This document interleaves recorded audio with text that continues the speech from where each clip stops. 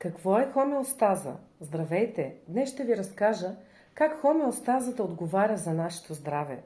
Това е система, това е състояние, това е процес, при който тялото ни поддържа стабилна вътрешна среда, независимо от външните промени.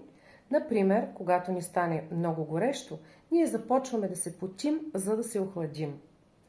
Друг пример за хомеостаза. Тя отговаря за нашето pH, за регулиране на кръвната ни захар, за регулиране на кръвното ни налягане. Хомеостазата е важна, за да бъдем енергични, за да се борим по-лесно с болестите и да бъдем дълго време здрави. Т.е. тя отговаря за баланса на органи и системи в нашето тяло. А как можем да се погрижим за хомеостазата ни? Последвайте ме и се запишете за Международната академия по хомеостаза съвместно с Първи държавен медицински университет Сеченов в Русия. И бъдете здрави, разбира се!